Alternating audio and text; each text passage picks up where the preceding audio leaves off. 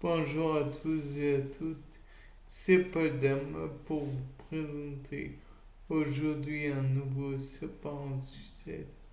Et aujourd'hui, je voudrais vous présenter un nouveau, un, oui, une protéine du sang, une des protéines du sang, à savoir l'anticorps. Donc de là, vous allez me dire, un anticorps, c'est pas bien compliqué, mais le fait est que les anticorps sont des immunoglobulines qui sont sécrétées par les plasmocytes. Et qu'est-ce qu'un plasmocyte, me direz-vous? Eh bien, en fait, c'est le stade de différenciation ultime du lymphocyte B. Vous vous rappelez, il y a les LT et les LB. Les LB qui ont leur différenciation dans la moelle rouge des os. Bien, dans le cas présent, je voudrais comment dirais-je, faire donc ça part en sucette sur les anticorps. Donc de là, on peut dire c'est des macromolécules. Voilà. Fin, bien, c'est tout et ne rien dire en même temps.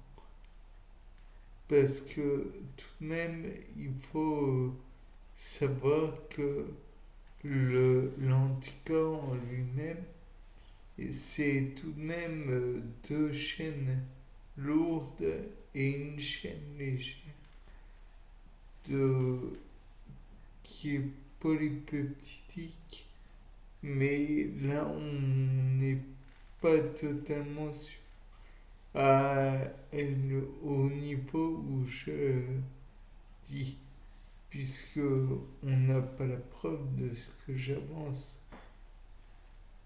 Bien sûr, dans le monde scientifique, c'est une certitude.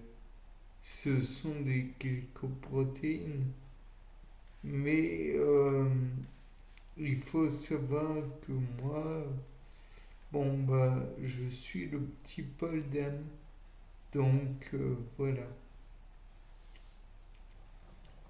Pour cela, je voudrais proposer comment dire,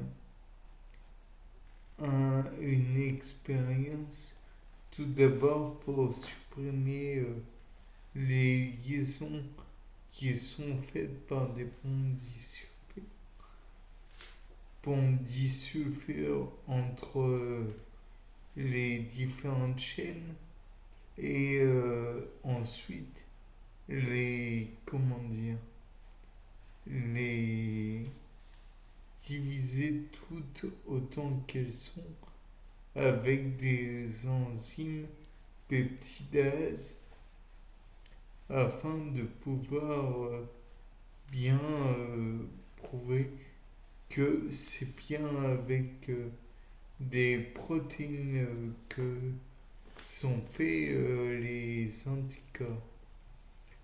Par la suite, je me suis dit que éventuellement il serait intéressant de savoir quelles protéines étaient constitutives des différentes chaînes. Donc, retournons au cas précédent, à savoir au moment où nous venons de séparer de dissocier les ponts disulfures. De là, nous obtenons quelle chaîne? de légère, de lourde. Bon, jusque-là, pas de problème. Mais ce qui est, comment dire, peut-être difficile à envisager, c'est est-ce que ces chaînes, donc les deux légères, ont-elles le même poids moléculaire et les deux chaînes lourdes ont-elles le même poids moléculaire? Et pour cela, je pense qu'il serait bon de faire comment dire, une filtration sous vide pour pas une filtration sous vide, une électrophorèse. Je commence à devenir zinzin avec l'âge. Et donc, je pense qu'il serait bon de voir où est-ce que s'arrêtent les différentes protéines, molécules, oui, et protéines. De là, on peut envisager aussi par la suite de voir quels sont les acides aminés constituant les, les différentes molécules, les différentes chaînes. Pour cela, je propose bien évidemment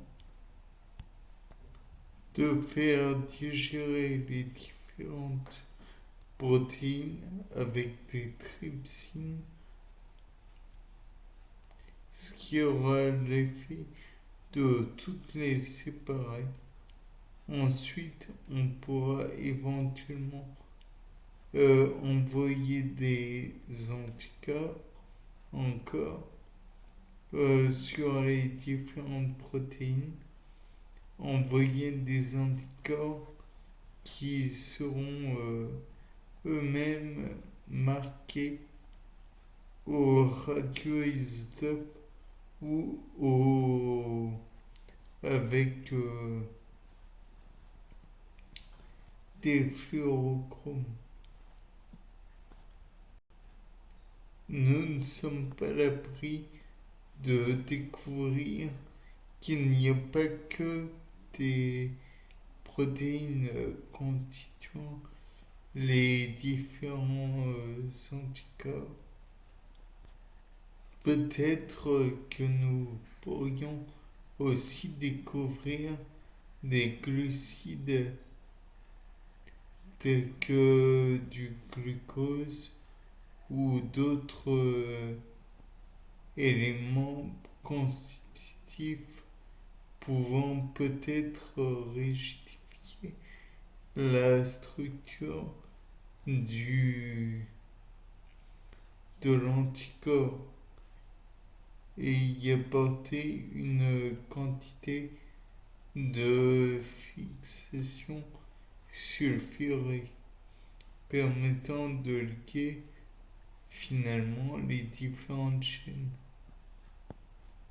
Il y aurait des parties lourdes et des parties légères aux anticorps pour finalement faire les parties, les domaines variables. Peut-être serait-il intéressant de faire des anticorps à partir d'animaux cobayes pour finalement que ceux-ci puissent être bien déterminés. De plus, il est connu un certain nombre d'acides aminés constitutifs de, de la protéine, de la macroprotéine, environ 110 acides aminés.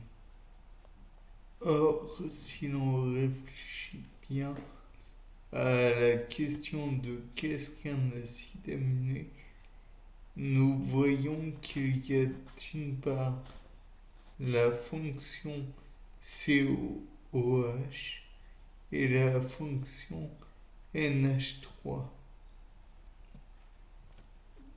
Donc, par voie de conséquence, on peut envisager que il y a un nombre équivalent de protéines euh, au nombre de NH3, bien que certaines protéines comportent plusieurs NH3. Nous pourrions chercher à déterminer plus amplement par la suite combien de protéines il y a. Bien, c'était Paul Dame pour Nouveau Sapin en Sucette. Au revoir.